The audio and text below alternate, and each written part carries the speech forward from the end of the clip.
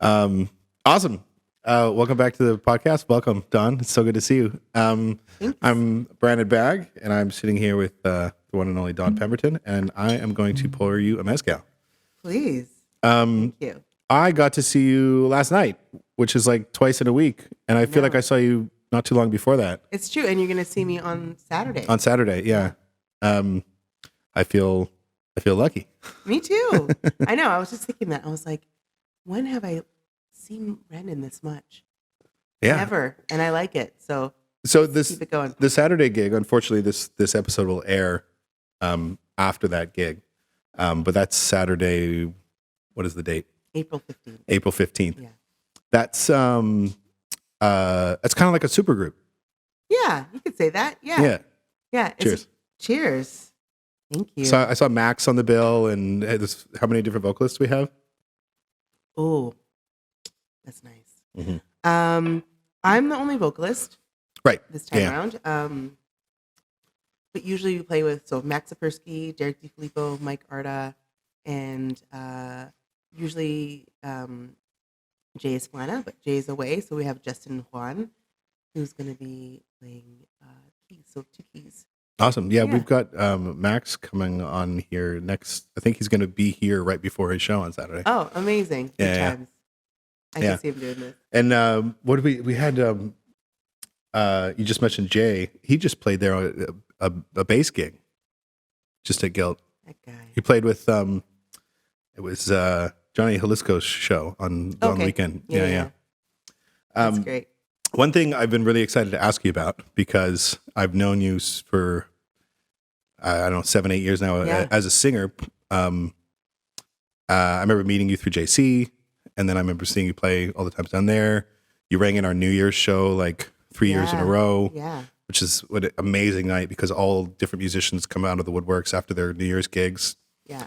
We kind of like shut things down a little bit, have almost a little mini lock in, which is a lot of fun. But was it your stage debut with The Kink in My Hair? Was that your first time acting? Because that was a trip for me to see you acting. Oh yeah. Because that was not only was it a fantastic show, but you were brilliant in it. It was really really good. Thank you. Yeah, it was. I had done lots of acting in musical theater when I was younger, and I kind of have been wanting to get back into it. And yeah, so I would say as like an adult professional, that was my first show. Really? Back in the swing of things. Yeah, it was really fun. I learned a lot, and then I actually have another show The coming Carole up. King musical Yeah. you're doing as well, right? Mhm, mhm. Yeah. Yeah, I'm looking forward to that. What's that like, going back into that world? It's really cool. It's I like it because one, it helps to still be doing something that's like connected to music, but Mhm. it just requires a different set of skills. And I like that, just sort of like not getting too comfortable, just doing one thing. I like to sort of branch out and shake my growing edges a little bit. So it's really fun. It's a challenging thing, and especially after doing the kink in my hair, like with COVID, there was like 2 years of nothing, and then it was like, here's a show. So that in itself was kind of scary, because it was like, just like, oh, can I do this? It's been so long, like getting back into the swing of things. So it was a bit of a trip, but now I'm like, that's easy. Musical theater is one of those things that because I love musical theater. I purposely went to theater school that wasn't musical theater because I didn't want to do musical theater. Yeah. Because I can't learn choreography to save my life. It's hard. Let me tell you, so it's hard. One of my closest friends that I went through theater school with, the only time I've ever seen her like visibly mad at me was when we had like there was a class project that we had to, I don't remember what it was, but there was a choreographed element to it, and she's now a director and choreographer. Yeah. She's working lots, doing great things. And I could not learn the choreography, and she was so frustrated. I was just like, she's like, yo. I'm like, it was a hard stretch for me. Yeah, for sure. Well, I consider myself a mover. I can Right. move, but I never really considered myself a dancer. And in that last show, there was a lot of dancing, that And to came out, yeah, there was. Yeah. that the director like made me do. And I was like, I'm not a dancer, right? He's like, you're a dancer. You're a dancer. You got Everybody's this." a dancer. Yeah. But I'm like, you're making me do the hard stuff with like the real dancers. Like, what is this? Anyways. Did you have fun though? Yeah, I did have a great time. Yeah. And good experience. I feel I like haven't. learned a lot. I'm not familiar with the Carole King musical. I'm familiar with it, but is there much dancing or anything like that involved in it? I think there's some dancing. Yeah. Yeah. When I auditioned for the show, we had to do a dance call, which is like where they teach a combo and make everyone dance. So, and again, I was like, it was me, this like 40-something-year-old woman, and with like 8 other people half my age who are actually dancers. Like, Right. I was just like, oh God, like what am I doing here? Imposter Like, syndrome. yeah. Yeah. And I was like, oh well, that's what it's supposed to look like. And then here's what I got. I did a show in school. I don't even remember which one it was, but every day for warm up, and the cast loved it.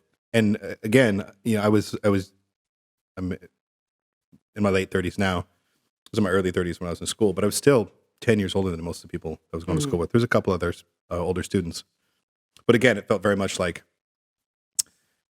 fish out of water. Like, Yeah. And we would do this thing every morning called dance karaoke as a warm up for one of the shows. Yeah. And the whole cast loved it. And it was hell for me because they would just put on like a video, and someone who knew the video would stand in front, and you would just try to follow along to like the dance moves in the music video. I'm like, this is literal hell.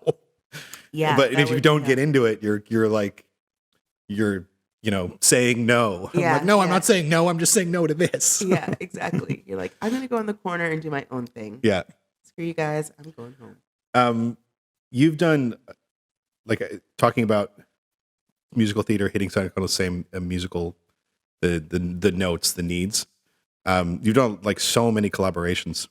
And for anyone listening, you can check out a lot of those on your website, just dawnpemberton.ca.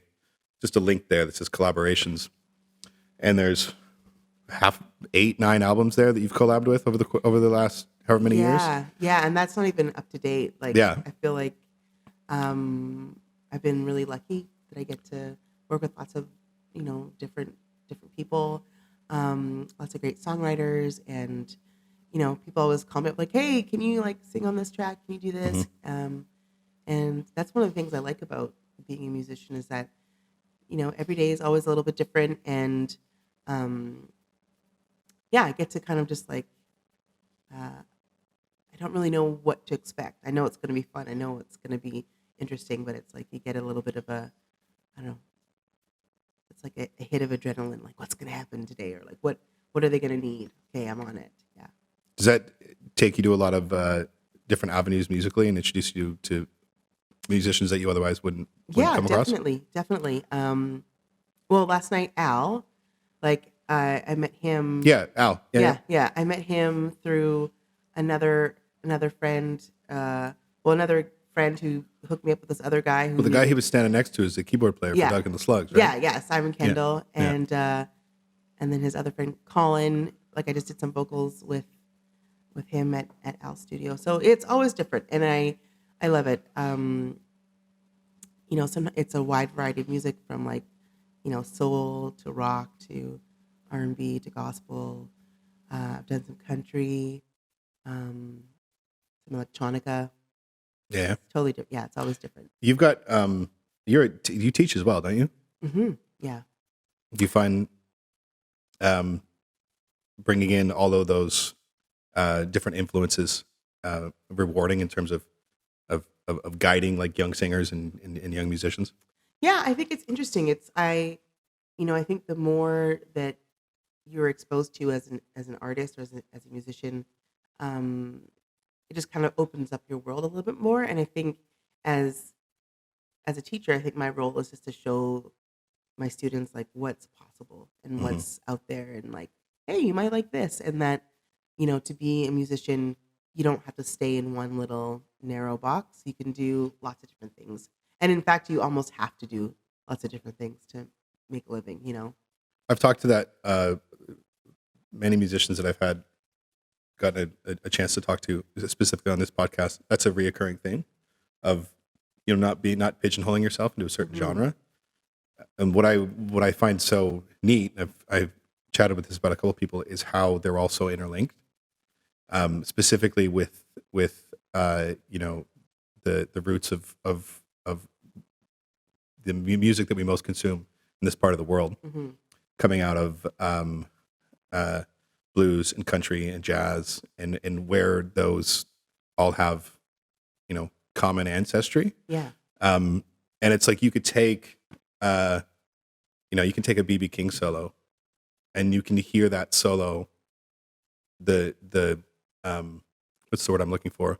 The mechanics of that solo. You can hear that repeated in some metal songs, Oh yeah, for and you sure. can hear like it's all those different influences, and talk about the rhythm and blues coming out of like African rhythm, and everything that was going on in the deep South, and the turmoil and the history and all the pain and what was born of it. And now we have these hodgepodge like genres Mm-hmm. that are so intrinsically linked in our culture and our history. It's so neat to be a consumer of music in that way, but also Mm-hmm. being able to like see artists talk about it is really, really, really neat. Yeah, it's pretty cool. I think there are music is more connected than we know, and I always think that when we think of musical styles, it's really connected to the people, and people create style and Mhm. create culture, and so we have all those musics um, because of the transatlantic slave trade, and like those people had to find a way to survive in their environment, and they chose music and art, Mhm. right, to injure themselves and to And even the style of singing, mhm. like the style of gospel and soul music, that style of singing is born directly from that savagery. Yeah, and it's literally people singing for their Yeah. lives, singing to enrich and to enhance and to um, make their lives better, and I think that's the reason why when we hear music from those styles, and we hear um, blues and gospel and jazz and soul, it really speaks to our common humanity, right? Mhm. Like, because there's something about it that you recognize, like, makes you feel good, and um, that resonates. And I think that's just like the humanness in that music, right? Like those people's actual um, blood, sweat, and tears are in those notes, Mhm. and I think that's what we connect to. I think it's pretty amazing, and it makes sense as to why so many metal groups and the Rolling Stones and so many rock artists turn to the blues, Right. right? But Led Zeppelin was all like just plagiarized blues tunes, all of Yeah, it, I mean, all of it. you said it here. You heard it here, folks. Yeah, yeah. It's true. I mean, that's another that's a story for another day. But um, yeah, I think like where would we be? Where would the Rolling Stones be? Where would Led Zeppelin be? Where would Alabama Shakes be? Like, Oh yeah, yeah. I think that's one of the I you know Albert King, BB King, um, putting on those old records.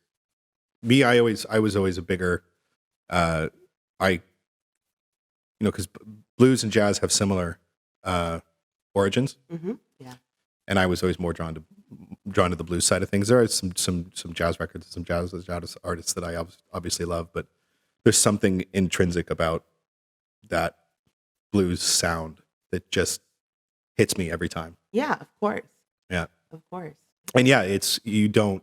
There's literally nothing that we put on the radio today that doesn't have some sort of influence in that movement from that movement. Yeah, it's true. It's true. I feel like in a beautiful world, all the people that have come before would be like compensated for their legacy. But Yeah, I agree. Do you have a favorite blues artist that you're loving? I mean, it sounds, what's the word I'm looking for? Um, BB King. I was introduced to BB King when I was like 10. Yeah. And I had never heard anything like that. Like I grew up listening to my parents' records and what my siblings were listening to. So I was 10 in 1994. So the siblings, half of it was Cranberries and Jewel and on my sister's side, and Weezer and Nirvana, Pearl Jam, Metallica, Megadeth on my brother's side. And then there was a little bit of crossover. Alanis Morissette, everyone had that album. Yeah, yeah. And then my parents' records were, Joni Mitchell, Joan Baez, Carly Simon, Allman Brothers Band, Kansas, Aerosmith, all sorts of that era stuff.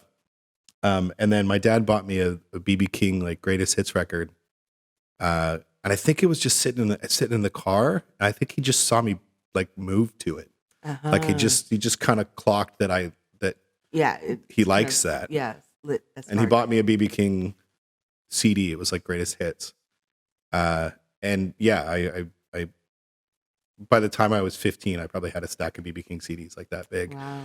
And everything that in blues that I've listened to since then was an expansion off of that, because he's obviously the most well known. Yeah. And there's so many unsung heroes that and every time I get introduced to a new artist, the same thing with like soul and R&B. Every time I get introduced, I'm like, my education is lacking. What about you? I really dig like Howlin' Wolf and Bo Diddley. Oh yeah. Yeah.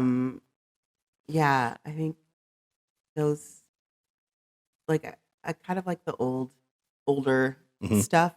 That's a bit twangy and raw. But definitely, I mean, Albert King, BB King, Freddie King, like,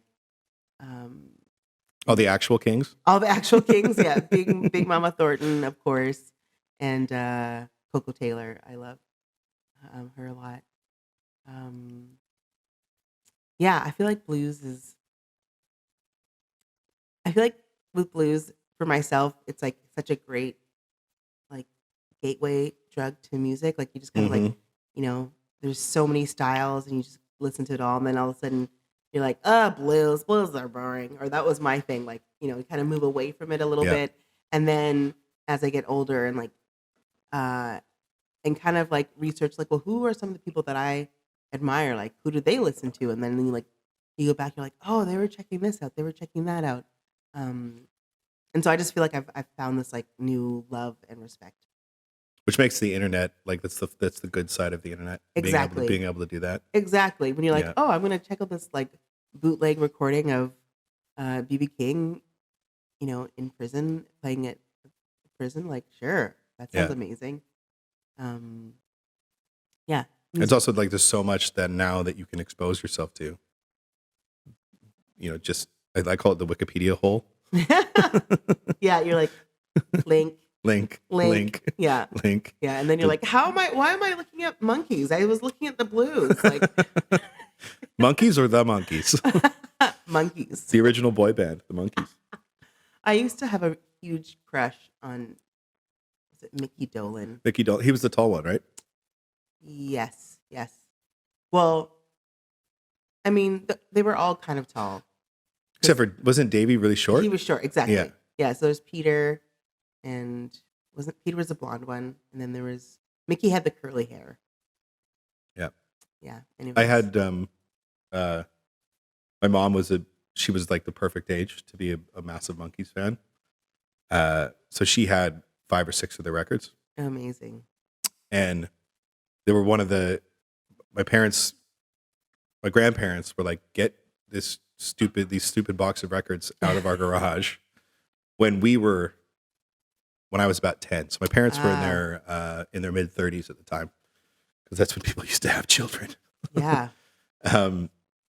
Yeah, I know. I'm like, my parents had like 6 or 7 kids by the time they were my age. I'm like, you people were crazy. That's terrifying. That's terrifying. Yeah. But we got this, as a group of siblings, we basically just got this giant stack of records Mm-hmm. that had been picked through by all their siblings, and it was like what was left over. Yeah. So there was some good stuff in there because basically they didn't take it if they already had it. Yeah. But there's a lot of weird stuff in there, and all of the Monkeys records were still there. So it was just like, Casey, we don't want your Monkeys records. Yeah. And I thought they were the coolest thing. And then it took me like a few years to like, because I was 10. I remember getting to the point where I'm like, oh, the Monkeys and the Beatles aren't on the same, they're not the Yeah. same tier. Yeah. No, Like, no. They're very, very, very different. Yeah. But they're one of their most famous songs, Last Train to Clarksville, Hmm. written by Neil Diamond. That's right. Yeah, he Yeah. wrote a bunch of their tunes. Yeah. I used to love that song. Oh my gosh. I mean, I still do, but It's a yeah. great song. Hmm. It's great. Yeah. Very cool. Talking about writing, you've got one full solo album Hmm. available on Spotify. It's an amazing record. Thank you. You can also buy the vinyl through your website, I Mhm. believe, right? Yeah. Album's called Say Something. Yeah. What was it like going through? And that was released 2014, right? Yeah. Like a long time ago. Was that your first big sort of venture into writing?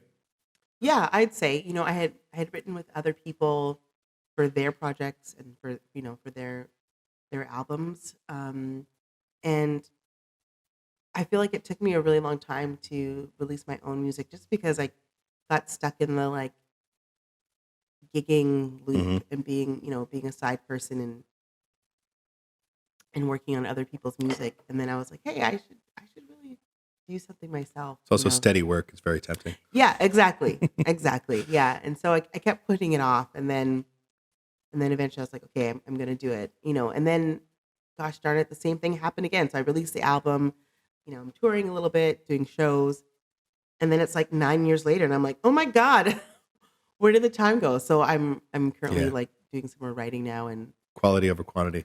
yes, There thank you you go. for saying. I keep telling myself that. I was talking to this amazing singer named Shakura Saida, and she lives in Toronto, and she just released an album. And for her, it had been like 10 years between albums. And she's like, yeah, you just release it when it's ready, when it's Mhm. time. And yeah. And I was like, that's right. I often feel like there's this pressure, like you gotta get music out, you gotta release music, you gotta do this. Like you're gonna disappear and people are gonna forget about you. But for the most part, people are, Yeah, if they like you, and they'll look for you. They'll keep totally. looking. Yeah. Yeah. So you're recording. You're in the process of getting ready to record now. You're saying? Yeah. So just writing. I got a grant to do an album, which is great. So I'm gonna record at Afterlife, and I'm gonna use some strings. Marianne Chetta's gonna do all the string arrangements, and yeah, I'm looking forward to it. I always get stuck in the trap of like, what is it going to sound like, and what could it sound like, what should it sound like, Yeah. especially when I have like so many musical interests. It's kind of it's beautiful to feel like I can do so much, but also it's like, oh my God, like Yeah. It's like freeing, but crippling at the same time. yeah, exactly. Do you identify as a type of singer, or do you not allow yourself to be pigeonholed by That's a good those things of question. mere mortals? Yeah. That's a good question. I feel like, I would call myself like a soul, Mhm. funk, jazz, gospel singer. Those are what I do the most, but I enjoy it all. But I did sort of get pigeonholed because I have the potential for a really big sound and a big voice. Like I kind of got pigeonholed to just sing loud, fast, heavy songs. Mhm. And definitely there was a while in my career where I just sort of like resisted against that. And I was like, I only want to sing like sad, slow, Yeah. soft songs. Because you need the balance, right? Yeah. Yeah. So, and I think, just as I change as an artist, people are like, oh yeah, you can do that stuff too. Like, I'm not getting called just for like the big like gospel, riffs and runs, which is kind of nice to be able to do different things. And um, I think that's just like the byproduct of like Yeah. discovering your instrument and like, you know, seeing like, oh, I can actually do that cool thing, or I can do this thing with my voice. So, just looking for opportunities to be able to do stuff is Yeah. cool. You do choir stuff as well, don't you? Yeah, I direct a women's choir called Roots and Wings, Roots and Wings. Yeah. and it's really fun. They're a great group of women, and yeah, we've traveled to Cuba together. We've gone to New Orleans, and um, it's really fun. I like making people sing. I like bringing people together to sing, but it's like Do you like find people and make them solo? yeah, Yeah. Do they squirm a little bit? yeah. Sometimes. Yeah. Is that how did that get started?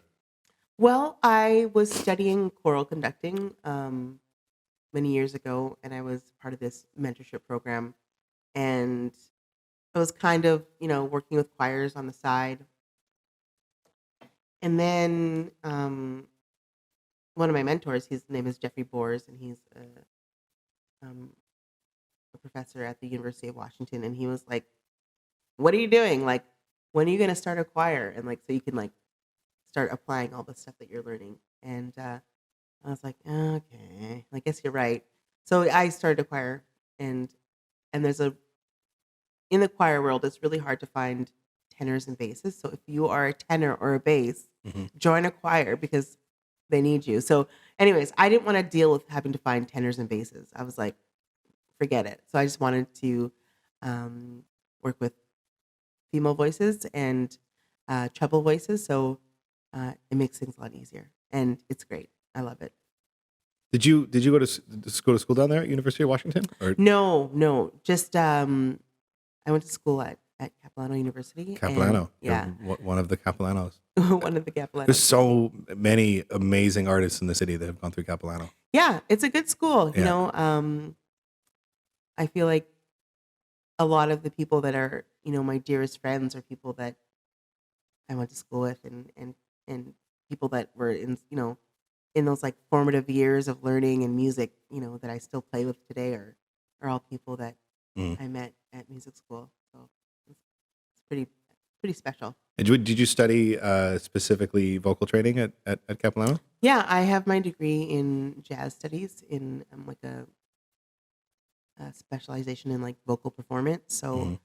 um yeah, I was a vocal major, and then I did like piano understudy, piano minor, I guess you'd call it. Right. Yeah. So you have hidden piano skills that you've been I hiding have from everybody? hidden piano skills.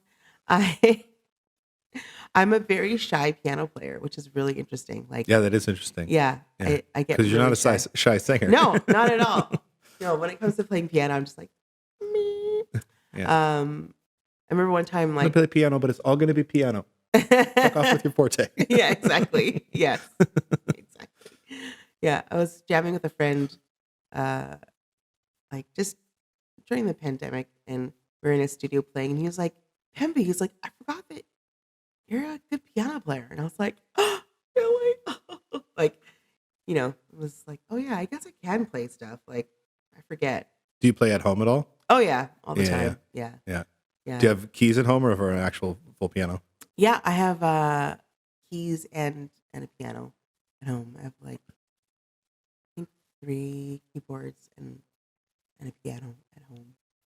And never brought any of them to Guilt No, or anywhere.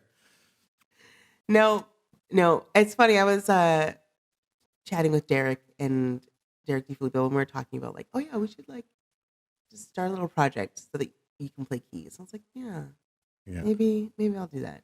I imagine playing keys for you is probably a huge part of your composition when you're composing. Yes. Yeah. Yeah, definitely. I definitely use the keys to compose and write. You could write pieces for someone else, hand it off. Yeah. I have done that before. Yeah. Here, Yeah. Mary, do with this what you will. Yes, exactly. Yeah, make it better.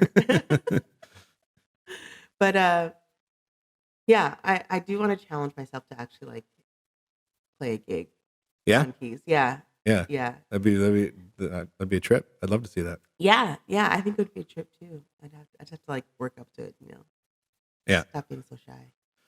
Did your like you said you got a degree in jazz studies? Was jazz always an interest of yours growing up? Yeah, definitely. I grew up, my dad listened to tons of big band music, tons of jazz, and I really, there's something about jazz that kind of spoke to me. I think I loved the element of storytelling for like, with the singing, but I also enjoyed, like the rhythmic aspect and the complexity of the harmony. Always like really, grabbed my ear. Um, And when it came time to like go to, you finish high school and you're like, what am I gonna do? Right. I knew that I really enjoyed music and I love music, um, and I wanted to study it a bit more seriously. But at that time, there was only two options. Well, there's three options. It was like one, you go to the classical route, especially for Right. boys, Yeah. or you can go the jazz route, or you can go to like Berkeley College of Music and study jazz and pop, Hmm. and I just didn't have $25,000 a year to Yeah. spend. So Yeah. I was like, let me go to Cap. I'll stay in the city, um and I'm glad I did. I'm glad that I went there. It was a really I feel like I got a lot of good training, and definitely my musicianship grew. But like all artistic programs, they do steal a bit of your soul.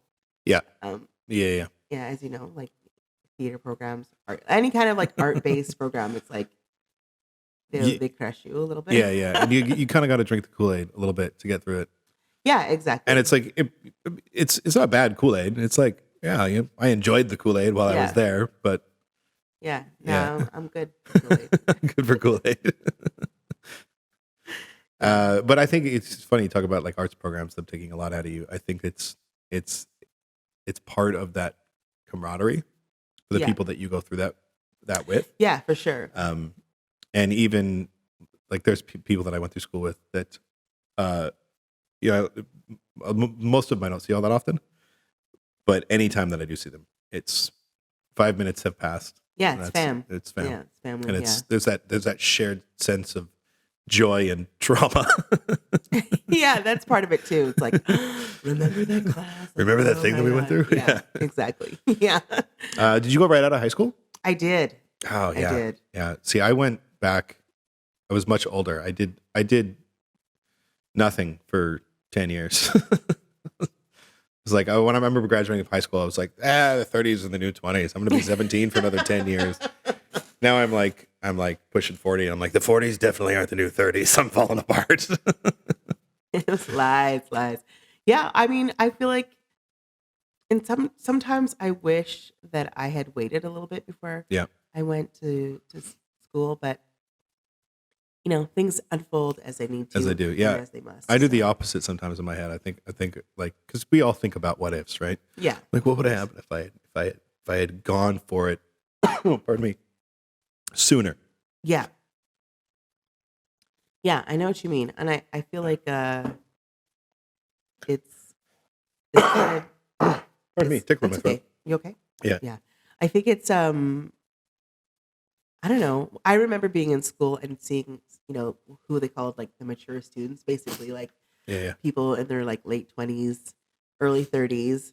Um, and they just always seemed to have their shit together. Like they just had it figured out. They knew what to do. They knew how to handle it all. And I remember looking at them with like envy, like how do they figure it out? Like how are they getting their homework done? Like what's Yeah, happening? Like yeah, and I sometimes I look back and be like, there is some value in waiting, I think.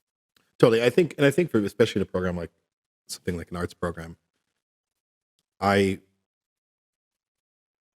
for lack of a better phrase, is an ability to take everything with a grain of salt, Yeah. not to devalue um, the program or any arts program because I absolutely loved my school and Yeah. I learned a lot. But you're able to step out of it a little bit more, Yeah. in the sense of like you're this one thing that you didn't get, or for me specifically, it was like one role you didn't get. Yeah. It's like, it's okay. Yeah. Everything is okay. And that was a little bit easier for me to live in than I think a lot of the people not a lot of the people, but for some people that went through much younger, it feels like the whole planet while you're there. It's like, this is everything. There's no world around me. You're like, no, well, there is. And you're going to be okay. Yeah. And I feel like there's like just a stronger sense of self, and Totally. and you kind of like have your own set of priorities. And also, like, when you're working and paying for school yourself, it's like, oh, well, I better go to this class because I'm paying for it. Like, Right. That was a big one for me. When people wouldn't show up, I'd be like, I paid to be here. Yeah, exactly. Like, I'm here. Yeah. You should be here too. Wow. Yeah, it's cool. So you've got, I don't know, this episode obviously won't be aired before Saturday, which is when your show at Guilt is, but you've got one. Will this be up before the 29th? Because you've got a gig on the 29th, right? At Fox? 21st. 21st. That might be tight as well. Be too much, yeah. Yeah. Yeah, but that's with the Blue and Gold, Trish Klein, and On the 18th? Okay. Woo-hoo. woo woo. 21st. 21st, April 21st at the Fox with the Blue and Gold. Yeah. Oh, and Blue and Gold, you've been playing with them for a while? No, well, yes and no. Like I've played with NDDO in different configurations before. We've done some stuff with Steve Dawson, and then Trish Klein. I just know her from the musical scene when she was in Po Girl, but and then on their last album, I did some writing for their vocal writing for their CD release, and so yeah, this is like our first show together, like our first real collaboration. So I'm looking forward to it. Yeah. What are there? What are there things musically that you have not done yet that you're really excited about doing? Yeah, totally. What are those? Oh my God. Well, one of them is, I feel like I've got a lot of music in me that I just need to like get out, and like, music of different styles. So I definitely feel like I have some different projects coming. Maybe some like more roots and blues based music, definitely some more jazz. And but I'm also wanting to work on my master's. I'm applying to the University of New Orleans to do my master's. Oh, cool. In music. Yeah. So, I'll spend some time down there in the next couple of years. And I actually, this is like the nerd in me that's coming up, but I want to also get my PhD. So, that's like a long-term goal, like, 10, 15 years. Well, yeah, fuck it. Right? Yeah. I'm like, I really enjoy learning. So any excuse to learn and get to live somewhere else is great. But yeah, I'm doing some traveling, going to Mexico City in January, do some studying. Then I'm gonna go to South Africa in next March, do some choral study and some singing with some South African teachers. And then there's one other place I was gonna go. I can't remember. And that's all in the next couple of years? Yeah, well, in the next year. Have you spent much time in Mexico? No, not enough time. I've like a little bit, but again, in January it won't be long enough. But it's just just kind of and you're going down there to like workshop or and just to meet some other artists and some other choral directors and learn, Yeah, I've often said in the last few years that if I, because I don't think I would have figured this out as the younger me, but if I could get paid to go to school, I would never leave. I know. I would never leave. Yeah. I'd have like 4 history degrees by now. Right? I know. Yeah. Yeah, I feel the same way. And so now my goal, my quest is just to find ways to get paid to learn, So it's like Fuck yeah. grants and fellowships and things like that. I'm Yeah. really, Grants are amazing. yeah, Yeah. yeah. So we'll see. I'm gonna keep busy and So you've got upcoming on the 21st. yeah, You've got Blue and Gold. You've got a couple choral shows as well coming up, don't yeah, you? yeah. I'm doing a show with the Good Noise Gospel Choir. So I've been their artist in residence this whole year, and I've done shows with them, um, 2 concerts with them before, and yeah, this show is all it's called Soul Gospel, so it's sort of like the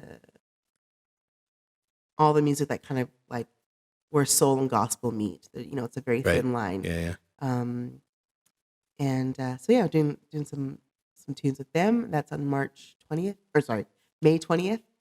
Um, and then basically a few weeks later, then the musical opens at the Stanley Right. Theater. Yeah. Have you talked about where soul meets gospel? You mentioned that you're gonna probably going to doing some work and some studying in New Orleans.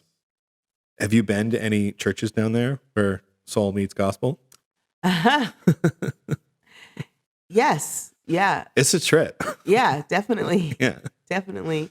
Um, yeah, and New Orleans is such an interesting place because there's also like, they have like the Baptist and the Pentecostal like Yeah. vibes, but then it's also very like strong Catholic traditions too. So Yeah. and sometimes, you'll have like a very Catholic service, but with lots of gospel influences. And then sometimes, you go and it's like a very like traditional Catholic service, and you're like, oh, okay, cool, yeah, Yeah. yeah. It's a And there's a bag. church on every corner. And there's a church on every corner. Yeah. Yeah, I didn't make it to New Orleans, but I was in Memphis for a month 13, 14 years ago. And it was a shock for me because I grew up Christian. So I was, I'd been to church many, many times, but I also grew up in the suburbs of like, Vegas and then Tawasin. It was very different culturally. And I remember I was in a car with the guy I was staying with in Memphis. I think we were going to pick up some weed or something. And we're driving out, like, this is obviously like, this is 2009, 2010. It's back in the day when you had to like go on an epic journey yeah. to buy weed out of some dude's van. He pulled it out of like Ziplocs in his suitcase. And The like kids these stuff days, was in a sock. they It's have like, it so easy. I know. You don't know shit. Yeah. But we're driving down this one road and it was like church, church, church, church, church, church, church. And I remember looking at him and being like, did we just drive by like 9 churches? He was like, yeah, man, welcome to the Bible Belt. Yeah, yeah, yeah. All that and then some. And then some. And it's weird because some of those towns, like it's like you could see like the type of church, not knowing. You could tell something was different about them. You're like, that one is this. That's a Right. Baptist one. That's a Pentecostal one. That's a Catholic one. That's a Methodist one. Yes. Uh, Yeah. Like, right, you guys know he's the same guy, right? Yeah, but they all Yeah. have their own special way of getting to the guy, I guess. Own special way. Having did you grow up at all religious? Yeah, I did. I grew up going to the United Church of United, Canada, yeah, which is like very liberal and very yeah. It's like justice-oriented. monotheism light. Yeah. Yeah. It's pretty, but I feel like it gave me a really good moral compass, and especially um, because it was really big on social justice, Right. Um, and so I feel like I learned a lot from just how to be a good human, Totally. in that denomination. Yeah, I mean, I don't really go to church very much now. I go usually when people ask me to sing, and that's when I go. Right. Yeah, and I used to work for the church. I used to be a youth minister back in the day, like many years ago. But then I got a little bit burnt out, which happens, and got a little bit, I don't know, turned off or disillusioned by people who call themselves quote unquote Christians and like were doing horrible things. So Yeah. yeah, Which is easy to find. It's so true. It doesn't take Yeah. much. Yeah. So I Yeah. thought, music has always been my passion. So I'm just gonna, serve the world that way. Yeah. Yeah.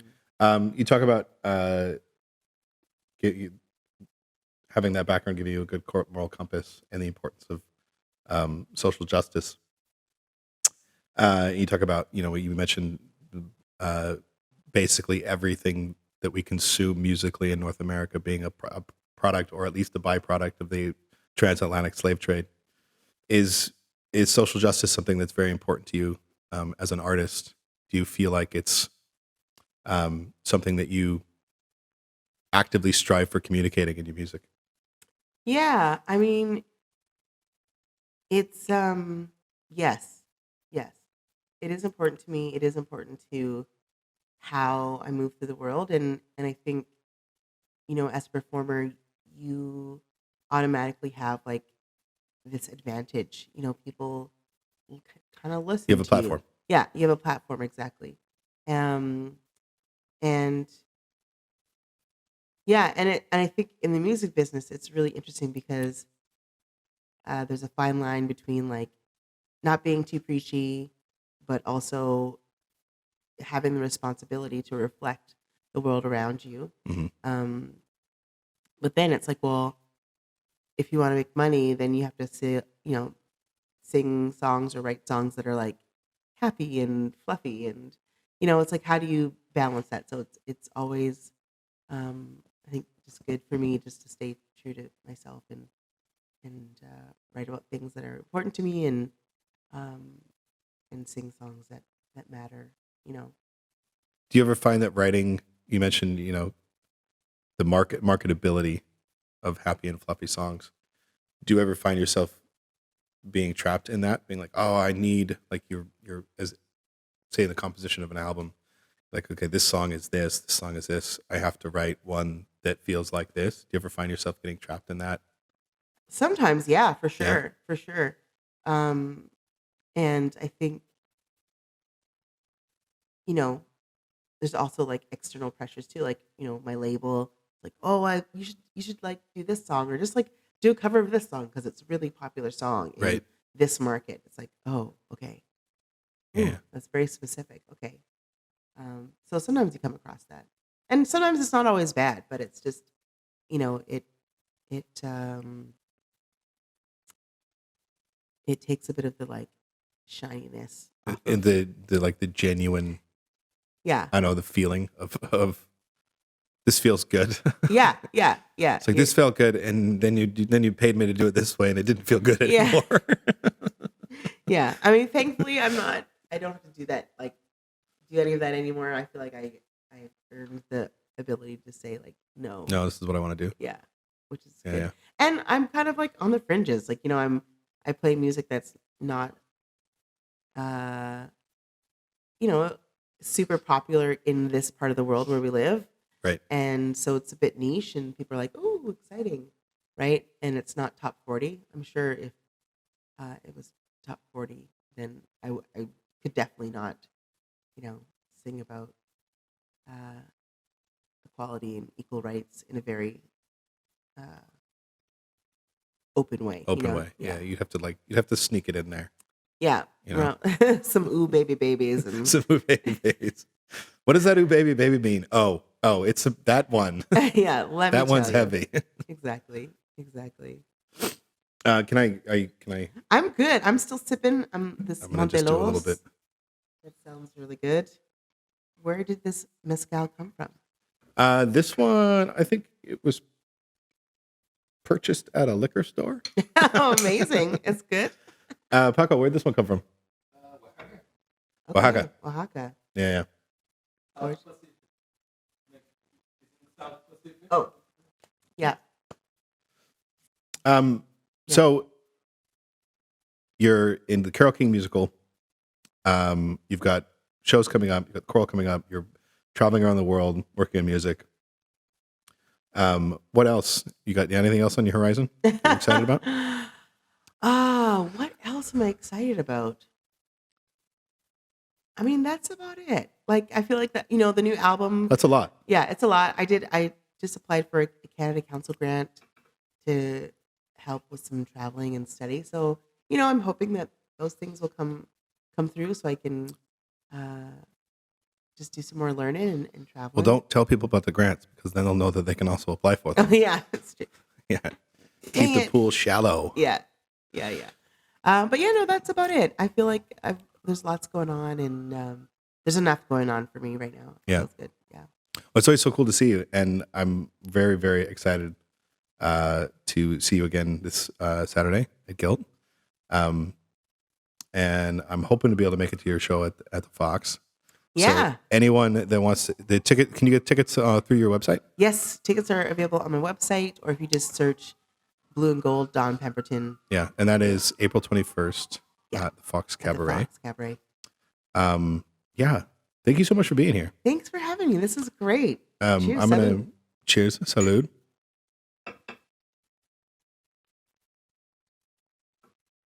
Dawn Pemberton, everybody.